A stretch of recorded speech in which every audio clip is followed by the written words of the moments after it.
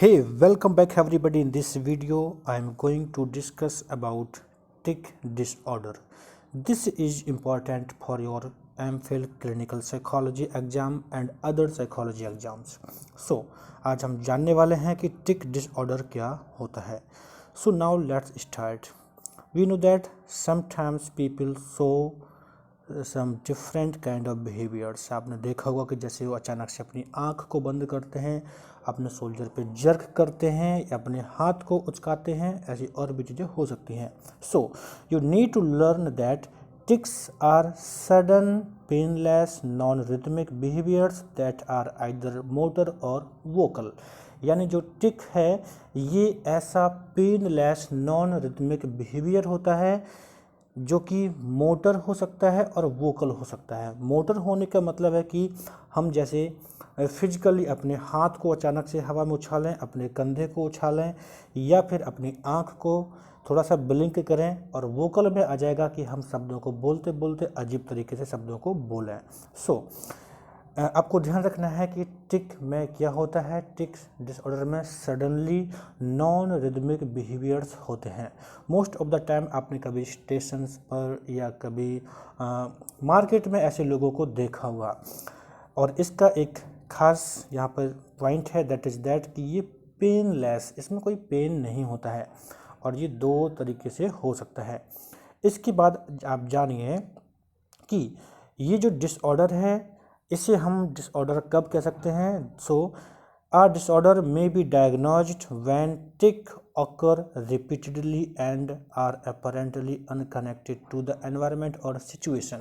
हमें यहाँ पर ये समझने की आवश्यकता है कि कभी कभी हमारे एनवायरनमेंट में और सिचुएशन में ऐसी डिमांड होती है कि हमें अपने बॉडी को जर्क करना पड़ता है, या फिर आई को ब्लिंक करें, या शोल्डर को हम थोड़ा सा एक नॉन रिदमिक तरीके से उसको मूव करें. तो सडन मूवमेंट बॉडी में हो सकता है because the demand of environment and situation. But अगर ये चीज़ें लगातार होती जा रही हैं और एनवायरनमेंट में कोई ऐसी डिमांड नहीं है, कोई ऐसी सिचुएशन नहीं है, फिर भी कोई पर्सन या कोई चाइल्ड इस तरह का बिहेवियर शो करता है, तो हम समझ सकते हैं कि उसे टिक डिसऑर्डर की प्रॉब्लम हो सकती है. So next point for understand that tic जो होते हैं ये बेसिकली नॉर्मल बिहेवियर हो सकते हैं, लेकिन ये कभी कभी होते हैं और समय के साथ ठीक भी हो जाते हैं. सो यहाँ पर लिखा हुआ है tics small uncontrollable movement or sounds are not usually serious. Basically serious नहीं होते हैं और नॉर्मली इम्प्रूव ओवर टाइम ये ठीक हो जाते हैं. बट अगर ये कंसिस्टेंट बने रहें और ये लंबे समय तक बने रहें तो ये फ्रस्ट्रेटिंग हो जाते हैं और हमारी डेली लाइफ की एक्टिविटीज़ को डिस्टर्ब करने लगते हैं. इसके बाद हम समझते हैं कि आखिर इसके कारण क्या हो सकते हैं. So here are some causes. Causes में एक नंबर है कि हमारे ब्रेन के वो पार्ट जो कि हमारे बॉडी के मूवमेंट को कंट्रोल करते हैं, अगर उसमें कोई प्रॉब्लम है तो ऐसी प्रॉब्लम हो सकती है. सेकंड पॉइंट इज़ दैट कि जो ड्रग्स हैं लाइक एम्फेटामाइंस और कोकीन, इनकी वजह से भी टिक डिसऑर्डर की प्रॉब्लम हो सकती है. एंड जेनेटिक प्रीडिस्पोजन टू, जेनेटिकली भी ये प्रॉब्लम हो सकती है. अब इसके बाद हम समझेंगे कि जो ये टिक डिसऑर्डर होते हैं बेसिकली इसके टाइप्स क्या हैं और इसमें कौन कौन से एग्जाम्पल्स आते हैं. तो हमने अभी समझा कि दो तरीके से होते हैं, एक होता है मोटर और दूसरा होता है वोकल, यानी शब्दों के रूप में होता है, और मोटर हमारी फिजिकली जो एक्टिविटी है उसके रूप में होता है. तो हम समझेंगे कि जो सिंपल मोटर है उसमें जो सिम्टम्स होते हैं वो क्या क्या होते हैं. जैसे कि आई ब्लिंकिंग, यानी आपने देखा होगा कि लोग अपने आई को ब्लिंक करते हैं. नोज ट्विचिंग है ना, हेड जर्किंग, शोल्डर स्ट्रगलिंग है ना, कंधे को स्ट्रगल्ड करना, हाथ को उछालना और अपनी नाक को बार बार पकड़ना. तो ये चीज़ें आपके सिंपल मोटर में आएगा. तो इस तरह से आपने चीज़ों को देखा होगा.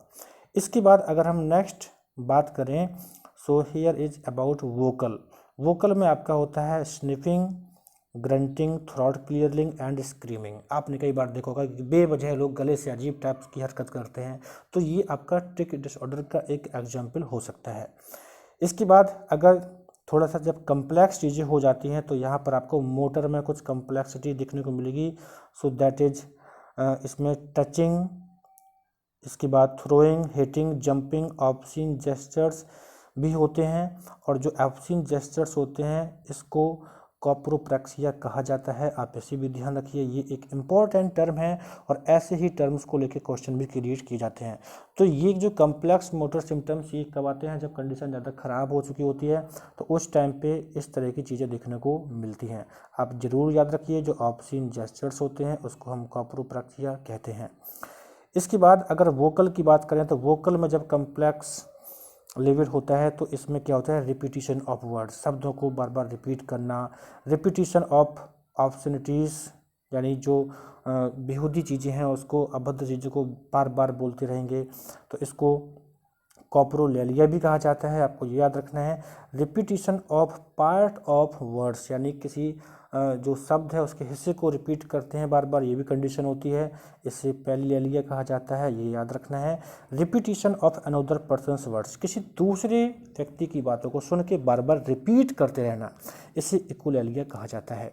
So this is really very important. यहाँ पर जो भी चीज़ें लिखी हैं, रिपीटिशन ऑफ वर्ड्स को ऐसा बोलेंगे, repetition of part of words को ये बोलेंगे, repetition of another persons words को ये बोलेंगे। आप इनको अच्छे से रट लीजिए या फिर इनको समझ लीजिए, क्योंकि ये चीज़ें आपके एग्जाम में पूछी जाती हैं। नाउ अब हम समझेंगे कि इसका ट्रीटमेंट क्या हो सकता है। तो बेसिकली अगर टिक डिसऑर्डर है तो इसमें हम बिहेवियरल थेरेपी का यूज कर सकते हैं। और जो बिहेवियरल थेरेपी है इसमें हम पर्टिकुलर जो बिहेवियर जो कंडीशनड हो चुके हैं, जैसे किसी को आई ब्लिंक करने की कंडीशनिंग हो चुकी है तो उसको ठीक करना चाहेंगे। या फिर दूसरा है habit reversal training.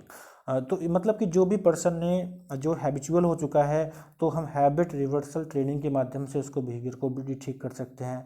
Life style management है और एंटी डिप्रेसेंट हैं, तो इन चीज़ों को भी हम यूज करके ट्रीटमेंट कर सकते हैं। सो आई होप अब आप समझ गए होंगे कि टिक डिसऑर्डर क्या होता है, आपने अच्छे से समझा होगा। You can get this PDF on jovial psychology Telegram. तो आप जोवियल साइकोलॉजी टेलीग्राम पर PDF को प्राप्त कर लीजिए, उसका लिंक डिस्क्रिप्शन बॉक्स में दे रखा है। So thank you for watching this video. मेरे साथ आप जुड़े रहें और ऐसे ही साइकोलॉजी में कुछ चीज़ें सीखते रहें।